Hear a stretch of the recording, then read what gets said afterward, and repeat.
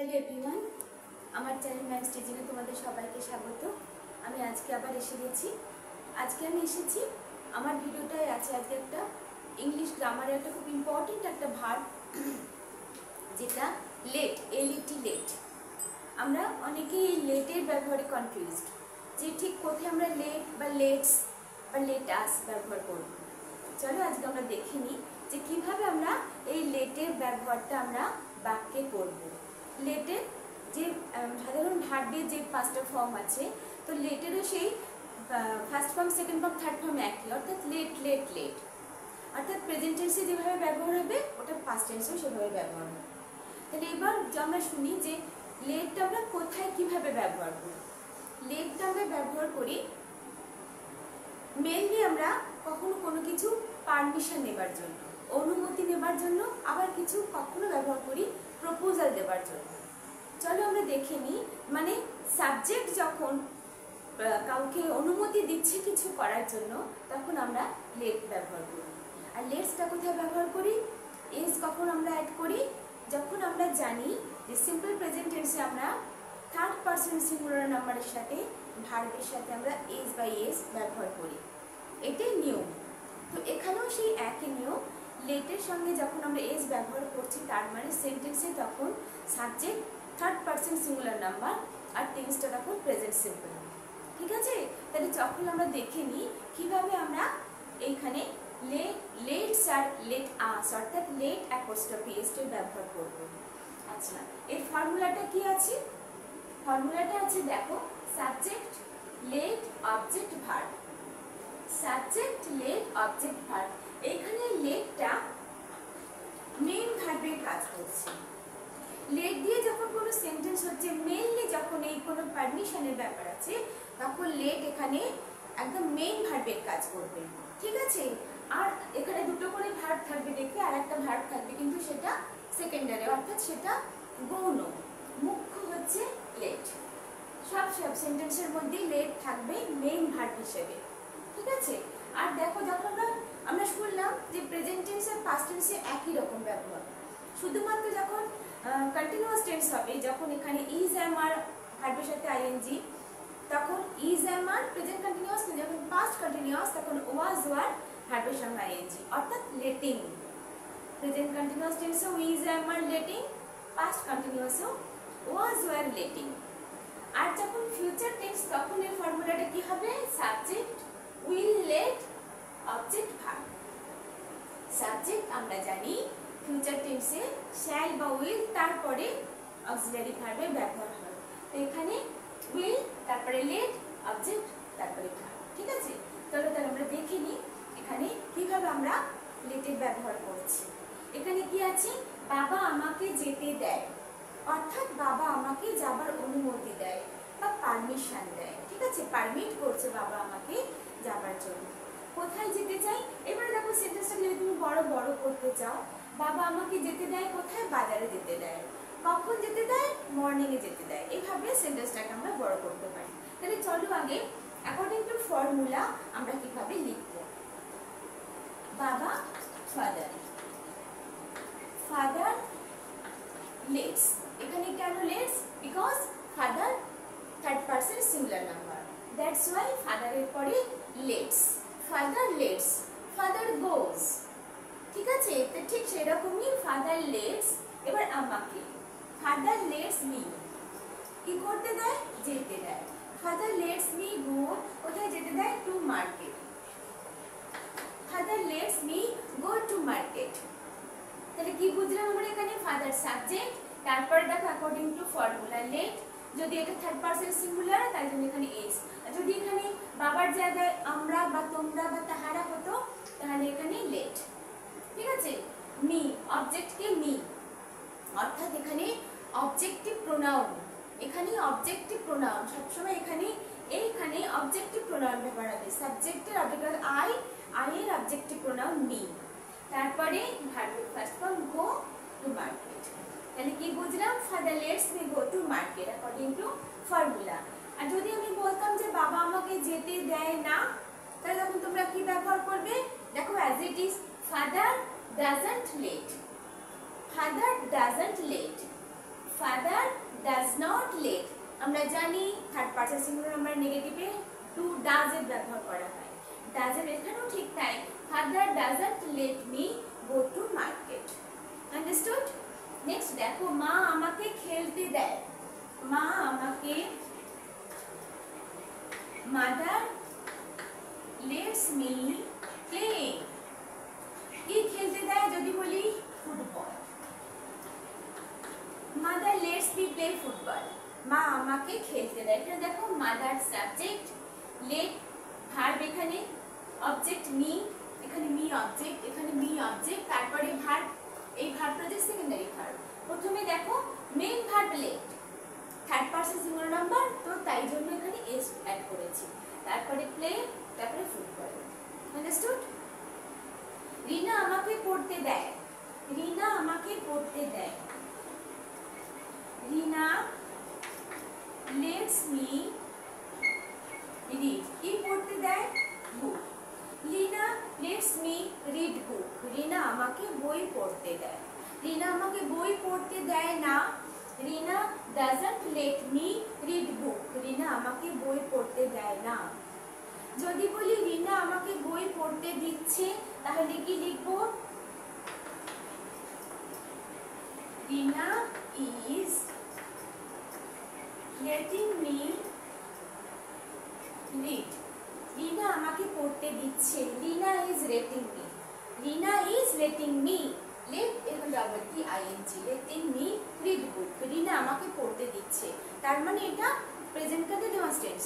রিনা আমাকে পড়তে দিচ্ছিল, যদি পাস্ট টেন্সে ব্যবহার করে লেখো তাহলে just Rina was letting me read. Rina was letting me read. বুঝতে পারলে যে রিনা আমাকে পড়তে দেয়, Rina lets me read book. Rina পড়তে দেয় না, Rina doesn't let me read book. Rina আমাকে বইটা পড়তে দিচ্ছে, Rina is letting me read book. Understood? মা আমাকে ঘুমাতে দেয় না। মাদার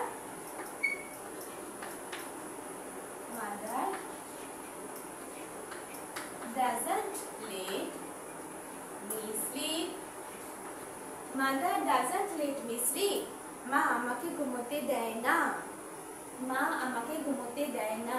তাহারা আমাকে ঘুমোতে দেয় না, they let, তখন they let me। ঠিক আছে? তোমার আমায় পড়তে দেওয়া উচিত। উচিত আমরা কখন ব্যবহার করি? আমরা জানি, দেখো আমার এই ভিডিওগুলো আছে, তোমরা দেখে নেবে। মডেল অক্সিলিয়ারি তখন আমরা ব্যবহার করি শুড। শুড অর্থ এগুলো আমরা ব্যবহার করি। তাহলে আমরা এখানে কি লিখবো? তোমার আমায় পড়তে দেওয়া উচিত। You should let me read. You should let me read. তোমার আমায় পড়তে দেওয়া উচিত। তুমি আমায় পড়তে দাও, ইউ লেট মি রিড। তোমার আমায় পড়তে দেওয়া উচিত, you should let me read. Understood? শুডটা আমরা কোথায় লিখলাম? মা আমাকে খেতে দিচ্ছে, আবার continuous tense. Mother is letting,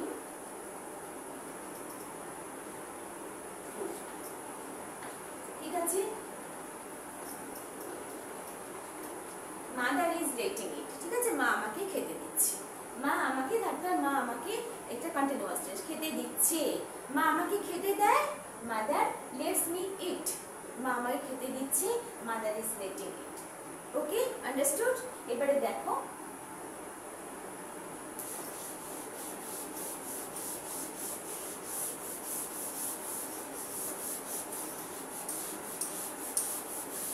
এবার আমি কিছু সেন্টেন্স দেখাই। দেখো যে এখানে আমি করতে চাই, তুমি করতে চাও, এরকম। দেখো আমি যদি বলি আমি, আমাকে যেতে দাও, let me go। নাম্বার 2, তাহাকে যেতে দাও, let him go। তাহাকে আসতে দাও, তাহাকে আসতে দাও, তাহলে কি বলবো? let him come। let him go out, তাহাকে বাইরে যেতে দাও, let him go out। let me go out, let me come in।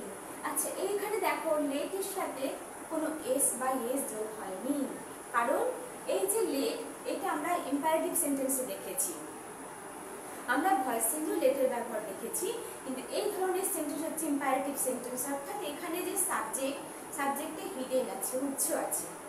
এখানে প্রত্যেকটা সাবজেক্টে কিন্তু ইউ, অর্থাৎ তুমি আমাকে ঘুমোতে দাও, তুমি আমাকে পড়তে দাও, তুমি আমাকে যেতে দাও, প্লিজ লেট মি, এখানে দেখো প্লিজ লেট মি সামথিং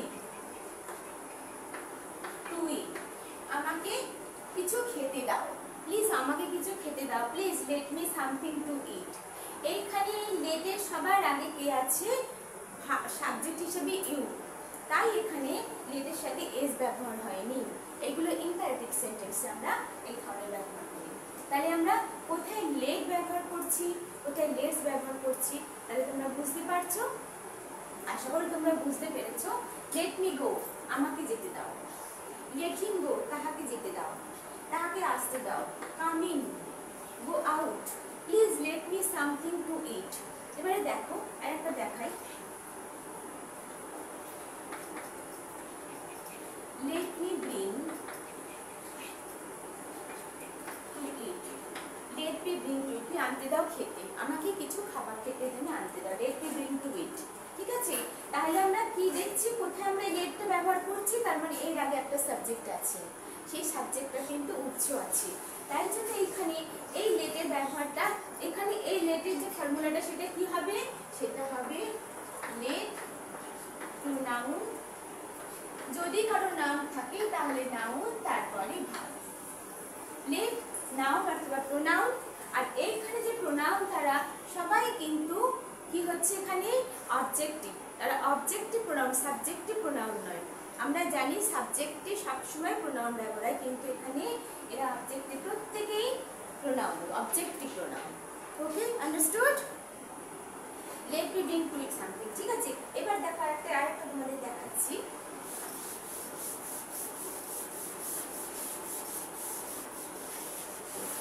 এবারে আমি কিসের ব্যবহার দেখাবো, এবারে দেখাবো আমরা লেট আস অর্থাৎ লেটস এর ব্যবহার। লেটস অর্থাৎ লেট আস, এই লেটস বা লেটাস আমরা কোথায় ব্যবহার করি, কখন ব্যবহার করি, যখন আমরা একসাথে, আস অর্থাৎ অর্থ হচ্ছে একজন নয়, আমরা দুজন বা তারও অধিক, যখন আমরা কোনো কাজ একসাথে করার জন্য কোনো আমরা সাজেশন দিই, চলো এই কাজটা আমরা করি, ঠিক আছে, এই কাজটা করার জন্য আমরা একসাথে, চলো আমরা সেন্টেন্সটা দেখে নিই কিভাবে করব। মেনলি এই কাজটা যখন এই লেটটা ব্যবহার করছি, এই কাজটা যখন আমরা একসাথে দলবদ্ধ বা একসাথে দুজনে কোথাও যাবার পরিকল্পনা করছি, কোনো কাজটা কমপ্লিট করার চেষ্টা করছি। দেখো, let us go for a walk, let us go for a walk, চলো আমরা হেঁটে আসি। যদি বলি 2 নম্বর, let's go for a movie, চলো আমরা একটা মুভি দেখে আসি। এইখানে আস মানে হচ্ছে আমরা যৌথভাবে কোনো কাজ করতে চাই। দেখো আরেকটা দেখাই, লেটস অথবা let us, let us do something for poor, let us do something for poor, অর্থাৎ চলো আমরা দরিদ্রদের জন্য কিছু করি। let us do something for poor, আমরা গরিবদের জন্য বা দরিদ্রদের জন্য কিছু করি। তাহলে আমরা বুঝতে পারছো কোথায় আমরা এই লেটস, কোথায় আমরা শুধু লেট, কোথায় লেটস ব্যবহার করছি, LETS লেটস, আর LET অ্যাপোস্ট্রফি এস অর্থাৎ লেট আস, আমরা সবাই মিলে। দেখো আরেকটা দেখাই,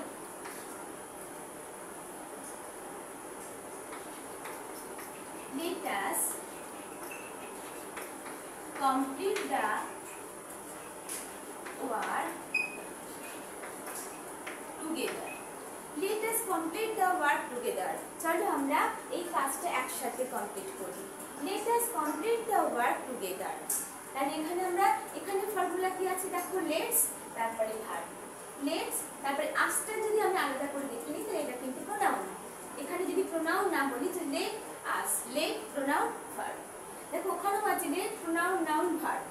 তাহলে তোমরা বুঝতে পারলে, আশা করি বুঝতে পেরেছো বা আমি তোমাদের বোঝাতে পেরেছি যে কোথায় আমরা লেটের ব্যবহার করব, কোথায় আমরা এলইটিএস লেটস এর ব্যবহার করব, আর কোথায় আমরা এলইটি অ্যাপোস্ট্রফি এস লেটস এর ব্যবহার করব। পরপর আমি তোমাদের সাথে দেখালাম। আর যদি অ্যাকর্ডিং টু টেন্স, তাহলে দেখো ঠিক যেরকম ফর্মুলা আছে সেরকমই হবে, শুধু আদার্স কোনো ভার্বের জায়গায় এখানে মেইন ভার্ব হিসেবে লেটের ব্যবহার হবে। এটা তোমরা ভুলবে না যে লেটের ব্যবহার, যখন আমরা লেট দিয়ে কোনো সেন্টেন্স তৈরি করব, এটা সব সময় লেট কিন্তু মেইন ভার্বের জায়গায় ভূমিকাটা পালন করবে। চলো এবারে আশা করি তোমরা বুঝতে পেরেছো। যদি কোনো কনফিউশন আর তোমাদের থাকে, আশা করি তোমাদের কোনো কনফিউশন নেই, যদি থাকে তাহলে তোমরা আমাকে কমেন্ট করবে, লাইক করতে ভুলো না। চলো আজকে ইডিয়মস, প্রতিদিন আমি তোমাদেরকে বলেছি নেক্সট ডে থেকে একটা করে ইডিয়ম আমি লাস্ট ভিডিওতে দেখাবো। চলো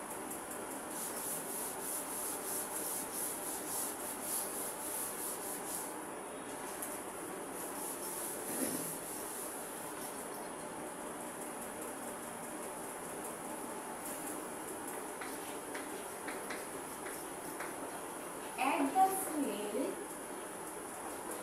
the fire. Add the fuel, the fire. এই কথাটার কি অর্থ হচ্ছে? এই কথাটার অর্থ হচ্ছে একটা ক্রিয়েট এ ব্যাড সিচুয়েশন। অর্থাৎ ধরো পরিবারের মধ্যে হঠাৎ একজন খুব রেগে গেছে, তখন আমাদের কি চেষ্টা করা উচিত? তাকে থামানো। কিন্তু এমন কেউ থাকে যে সেখানে এমন একটা কথা বলে দিল বা এমন কিছু কাজ করলো যে তার রাগটা আরো অনেক গুণ বেড়ে গেল। আমরা বলি না আগুনে ঘি ঢেলে দেওয়া, বাংলায় যে প্রবাদ বাক্যটা আছে এইটাই, add the fuel to the fire. এখানে সেন্টেন্সটা কি লিখবো চলো দেখি। I know he was already angry with me. I know he was already angry with me. But when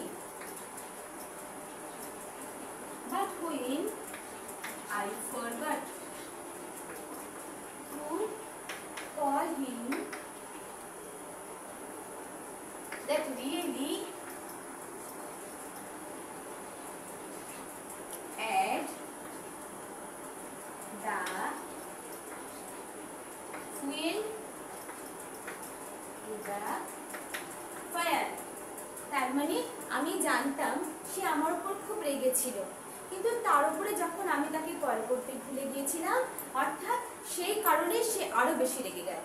add the fuel to the fire, তাহলে এইটা idiom, add the fuel to the fire. ঠিক আছে, আশা করি তোমরা বুঝতে পেরেছো, তোমাদের ভিডিওটা ভালো লেগেছে, আমি তোমাদের বোঝাতে পেরেছি কোথায় আমরা লেটস আর লেট আসের ব্যবহার করি। কনফিউশন তোমাদের আর নেই। যদি ভালো লাগে লাইক করো, কমেন্ট করো, ভালো থেকো।